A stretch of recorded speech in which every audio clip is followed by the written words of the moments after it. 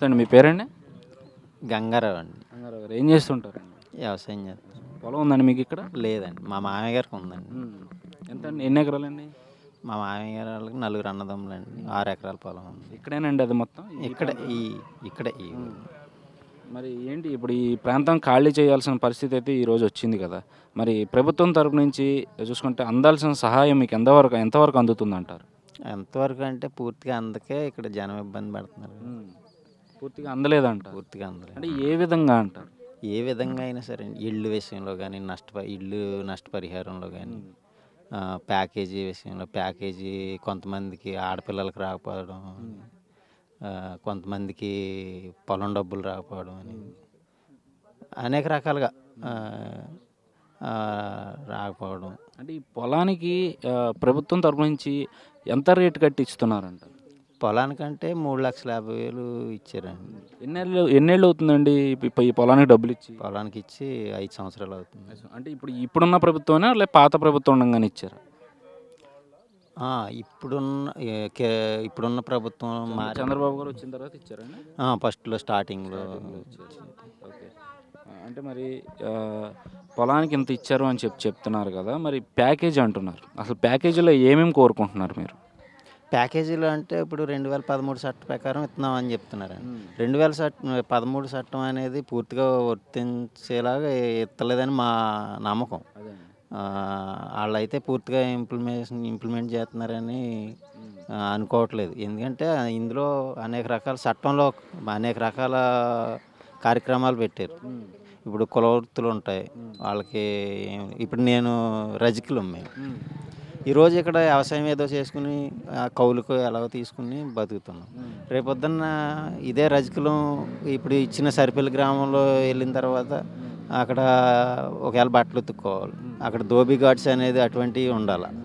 అది కూడా ఏమీ లేదు. ఇప్పుడు అటువంటి మా కులం అనే కాదు, అన్ని కులాలకి కూడా ఏదో ఒక ఈరోజు వీళ్ళు ఏదో ప్యాకేజీ ఇచ్చారని ఆ ప్యాకేజీ పట్టుకుని వెళ్ళిపోతే రేపొద్దున అక్కడ బతుకు తెరువు కోసం ఇప్పుడు ఓసీలు ఉన్నారు, బీసీలు ఉన్నారు, ఎస్సీలు ఉన్నారు. వాళ్ళందరికీ దగ్గరలో ఏదో ఒకటి ఊరికే పునర్వాసం కల్పించామని 2-3 సంవత్సరాలకి వరకు పర్వాలేదులే అని పంపించేసిన తర్వాత రేపొద్దున్న ఆ కుటుంబాలు అవి ఎలా బతుకుతాయి ఏంటనేది ఎవరికి తెలియదు. సరే, అంటే ఈ ప్యాకేజీలో మీరు ఏమేమి కోరుకుంటున్నారు? ప్యాకేజీలో అంటే ఏమేమి ఉన్నాయంట? మీరు కోరుకునేవి ఏంటి ప్యాకేజీ అంటే? ప్యాకేజీలో అంటే ముఖ్యంగా కోరుకునేది వాళ్ళు ఇచ్చే నష్టపరిహారం ఎంత అనేది పక్కన పెడితే అక్కడ మెయిన్గా మనిషి జీవనాధారం కోసం ఇప్పుడు ఒక కుటుంబంలో ఇప్పుడు నేనున్నానండి, నేను నా భార్య 2 పిల్లలు ఉన్నారు. వాళ్ళకి వయసు లేనప్పుడు వాళ్ళకి ప్యాకేజీ అటువంటిది ఏమి రాదు. నేను నా పిల్లలు నలుగురం బతకాలంటే వీళ్ళు ఇచ్చిన ప్యాకేజీతో ఎన్ని సంవత్సరాలు బతకగలుగుతాం? అక్కడికి వెళ్ళిన తర్వాత ఏం చేయాలి? ఇక్కడి నుంచి వెళ్ళిపోయిన తర్వాత ఇక్కడ 6 ఎకరాల పొలం ఉన్నవాడు, చెట్టు కింద ఉన్నవాడు, ఏమీ లేనివాడు, బట్టలు ఉతుక్కునేవాడు, గడ్డం గీసేవాడు అందరూ కూడా ఒకటి. అక్కడికి వెళ్ళిన తర్వాత అక్కడ రైతు అనేవాడే ఉండడు అక్కడ.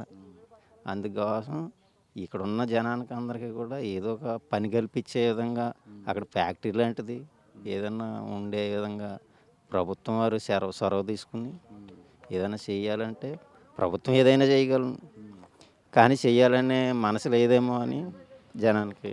అంటే ఇక్కడ చూసుకుంటే మీటింగ్లు ఎక్కువగా జరుగుతున్నాయి ఈ ముంపు ప్రాంతం ప్రజల కోసం అని చెప్తూ వస్తున్నారు కదా. ఎవరెవరు వస్తున్నారు అసలు ఈ మీటింగ్లు అనేది? మీటింగ్ అనేది పెడుతున్నారు కానీ పూర్తి భరోసా అనేది లేదు కదండి. ఎన్నిసార్లు పెట్టినా ఈ భరోసా అనేది ఇవ్వట్లేదండి. భరోసా అంటే భరోసా ఇస్తున్నారు, జరిగే కార్యక్రమాలు అయితే లేదు కదండి. అంటే ఎవరెవరు వస్తున్నారండి? ఇప్పుడు వరకు 10 గ్రామ సభలు జరిగి ఉంటాయి ఇక్కడ. ఏదో పీసా చట్టం ప్రకారం జరిగిన వాటికి ఆడపిల్లలకి మాకు కావాలంటారు. మాకు ఆడపిల్లలకి ఉన్న దాంట్లోనే తీసేసారు.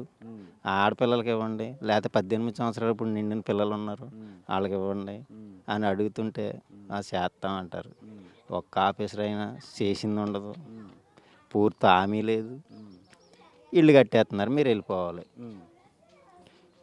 ఇప్పుడు రేపు ఇల్లు కట్టేస్తారు, మీరు నడుస్తారా నడరా అని బలవంతం చేస్తారు.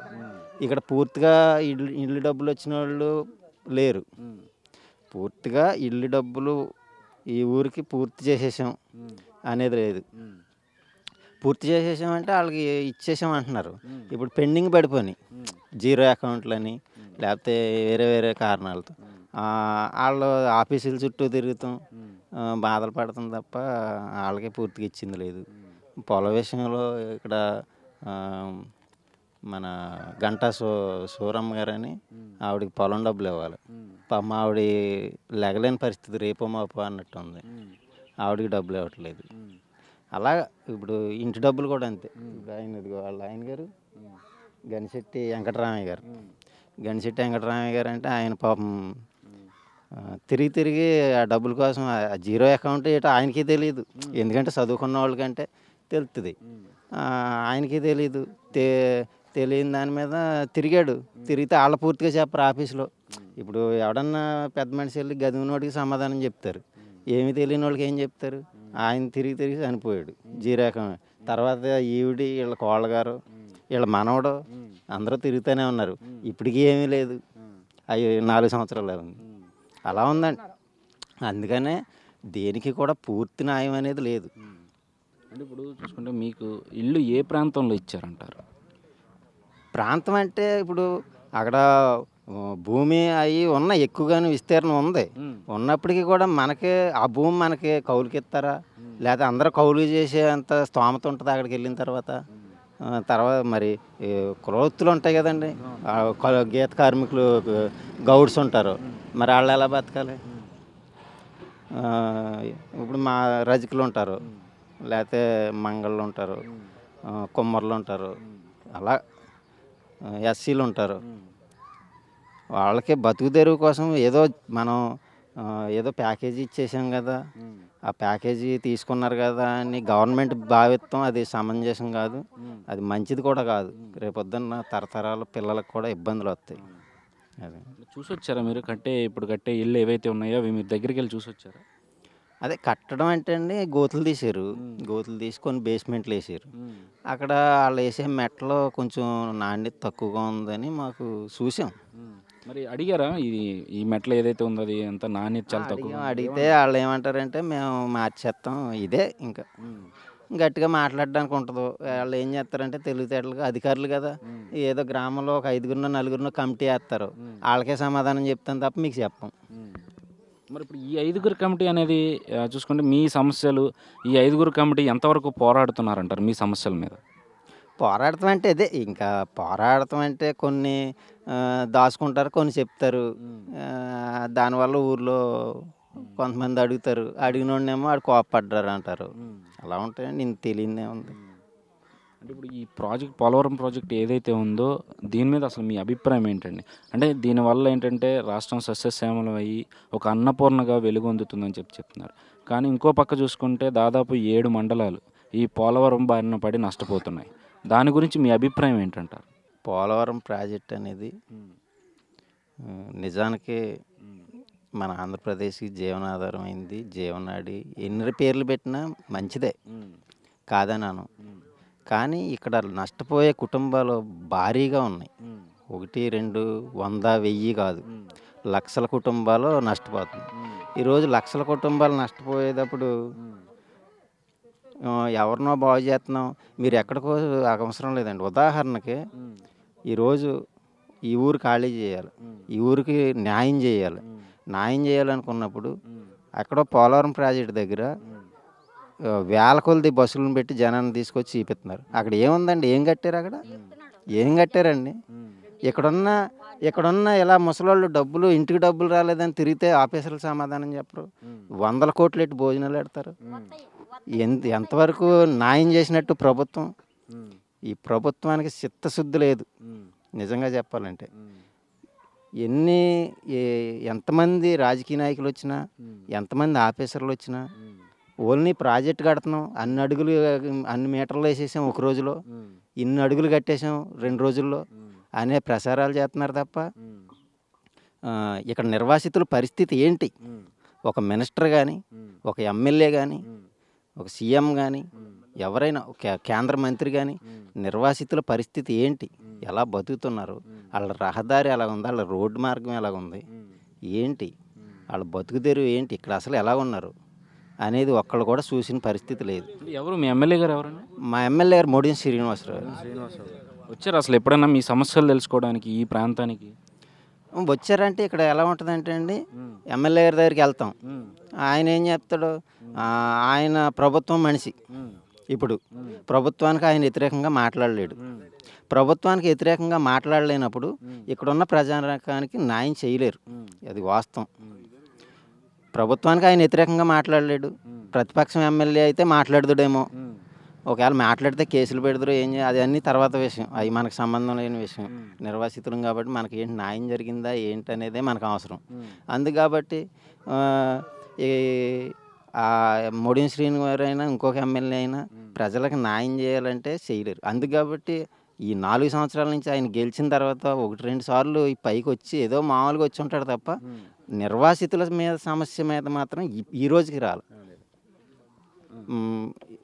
ఏమంటారు ఇప్పుడు మీడియాలో కానీ అసెంబ్లీలో కానీ, నేను ప్రజల మనిషిని, ప్రజలకి సంబంధించిన మనిషిని, ప్రజల కోసం పోరాడతాం అంటారు. లేదు SMS కాంటాక్ట్లు పెడుతున్నారు.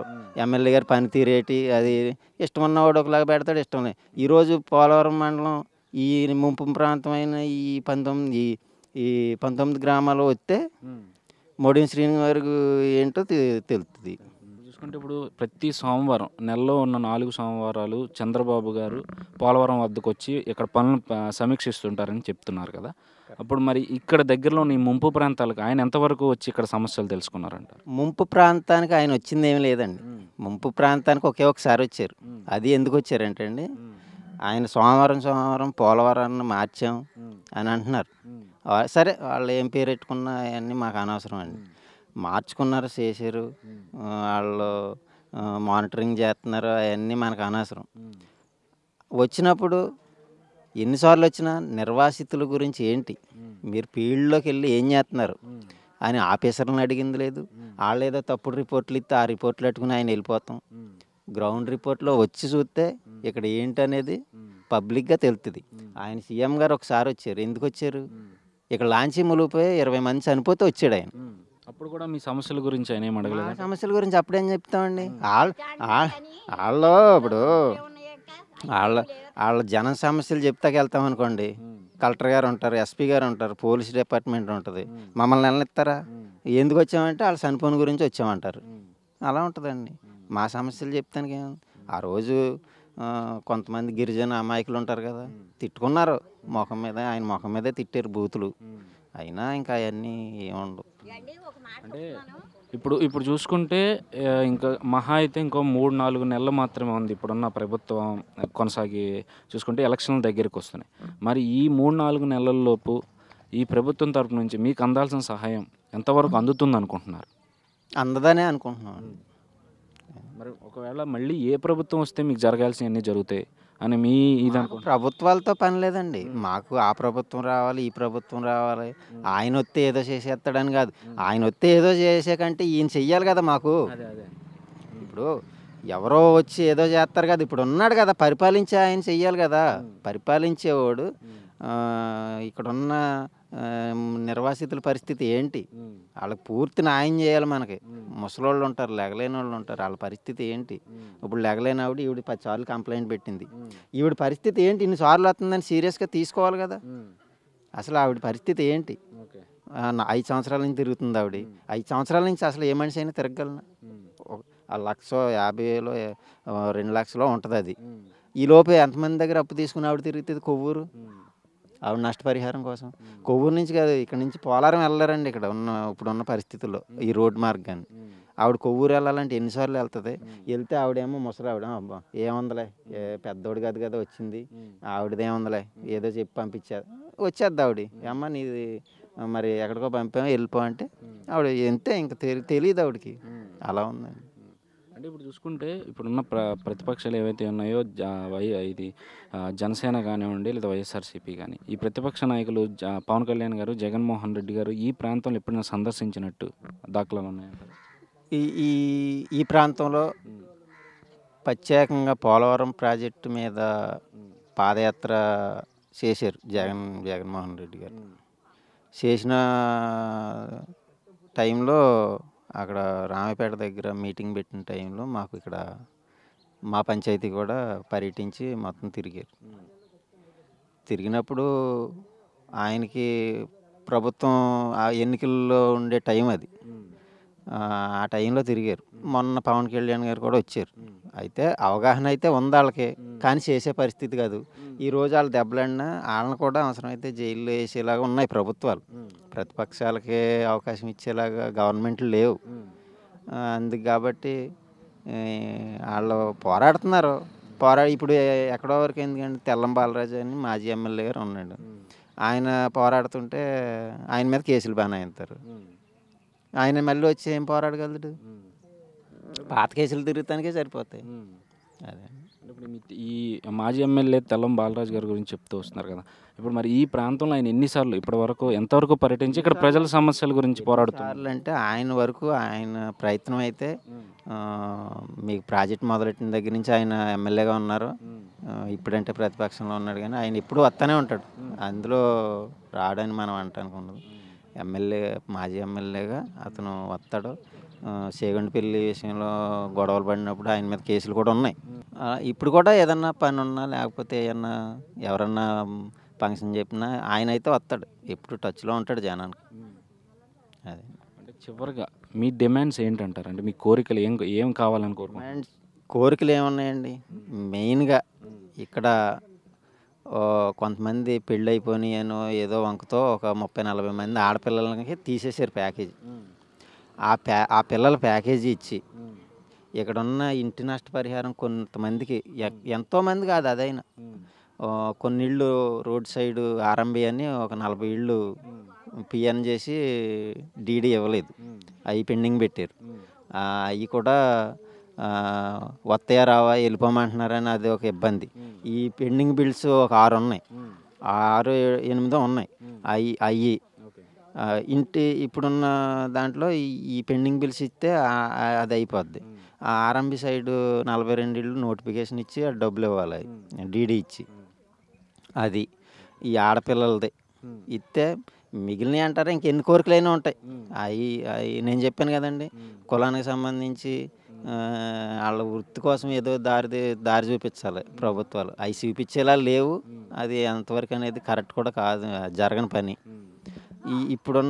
ఇక్కడున్న పరిస్థితుల్లో మెయిన్గా ఈ ఆడపిల్లలకి తీసేసి ఇచ్చేసి ఈ ఇళ్ళ విషయంలో కానీ ఇచ్చేస్తే ఎటువంటి ఇబ్బంది లేదు వెళ్ళిపోవడానికి. అదే. ఓకే సార్, థ్యాంక్ యూ అండి.